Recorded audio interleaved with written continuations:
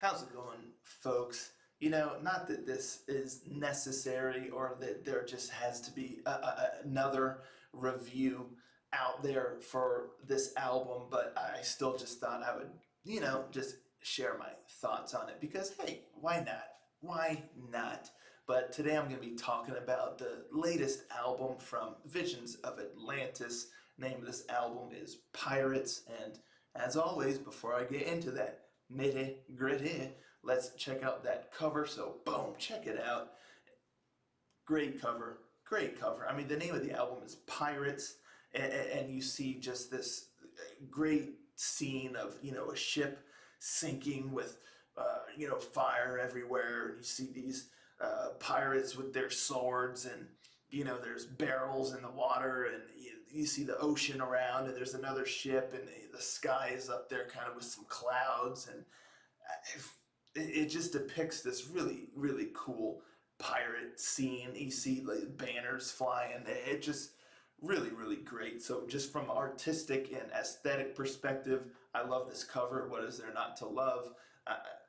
Even if this wasn't the cover of an album, just this image, this picture alone would make for a great, wall art or, this painting or something like that. So A plus on that. And as far as conveying what you're going to get here, I think there's no doubt really what you're going to get. It definitely looks like it's going to be some sort of power or symphonic metal, in my opinion. One might argue it could be.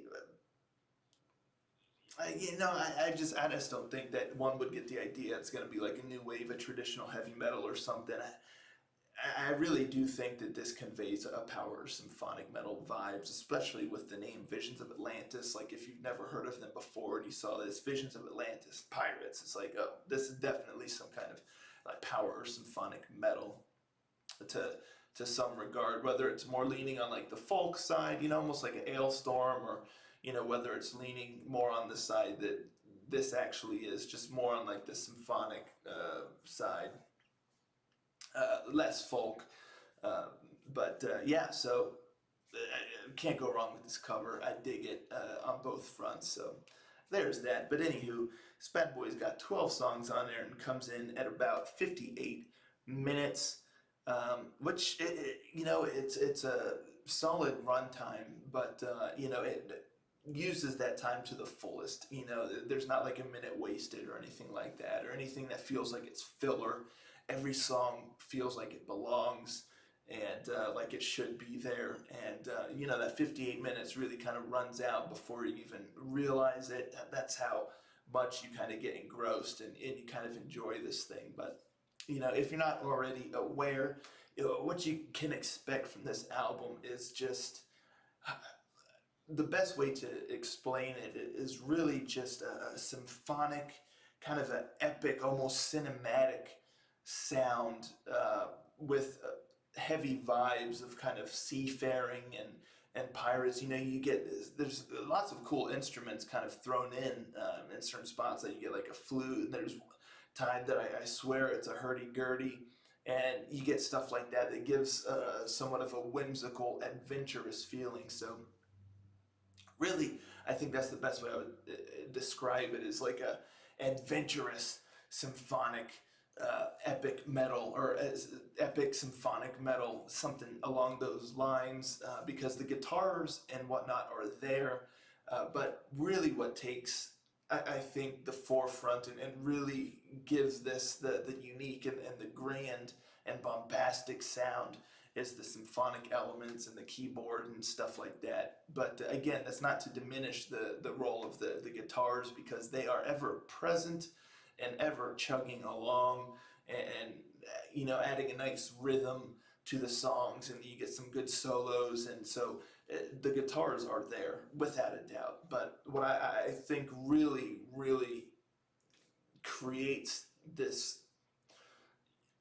it's almost like every song creating a scene. You can almost visualize it. That's why I say it's almost like a cinematic uh, uh, symphonic metal type of thing, because you can really visualize these scenes, and in large part, uh, that creates that is the symphonic and keyboard elements, and it's just absolutely brilliant the way that it's done and orchestrated and arranged.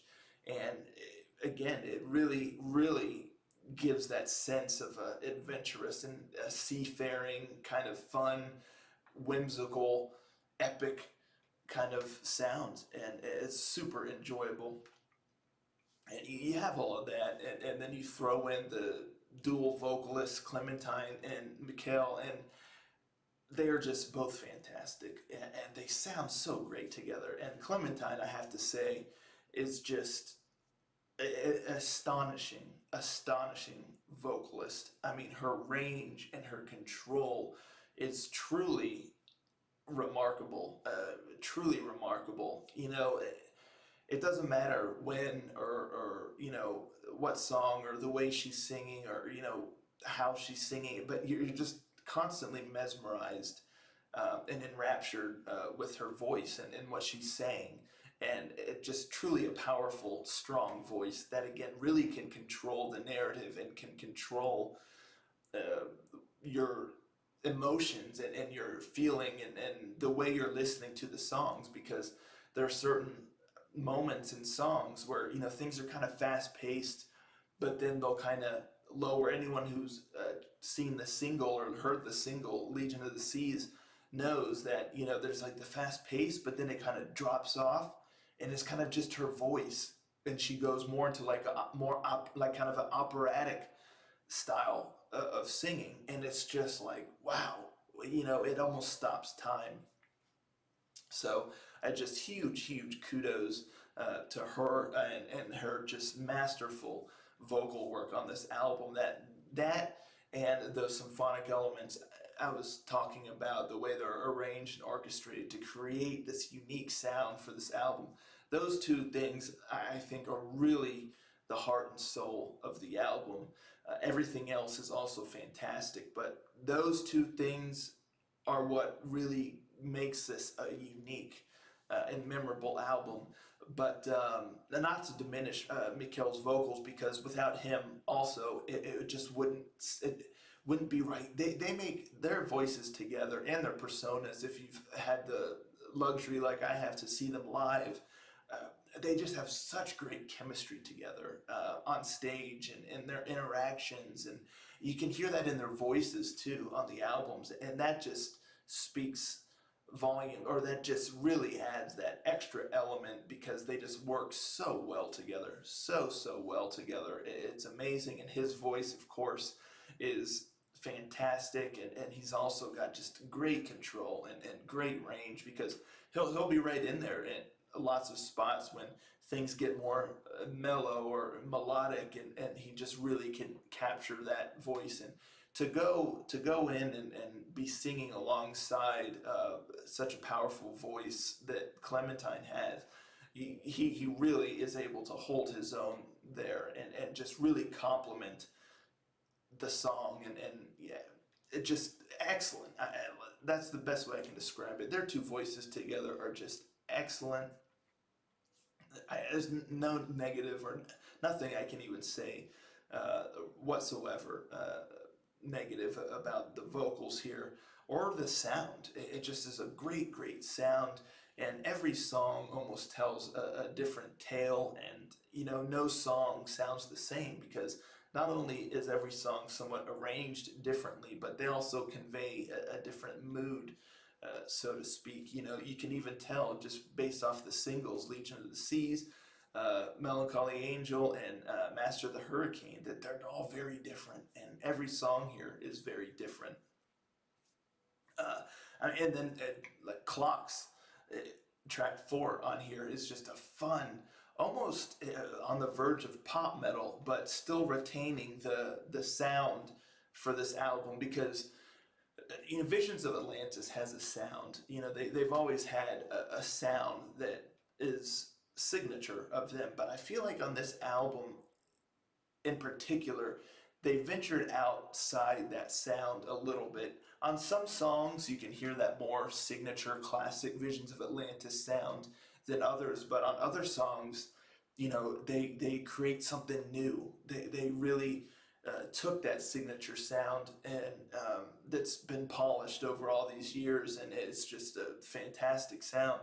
But then they played with it, and they added this whole Pirates theme, and just it really created something new, created a different sound that is more exploratory and is really, really fun. And I mean, it paid off in spades because that is when this album's at its finest, in my opinion. When the creative elements are just to the max, it just is fantastic. Like Master the Hurricane is epic and fantastic.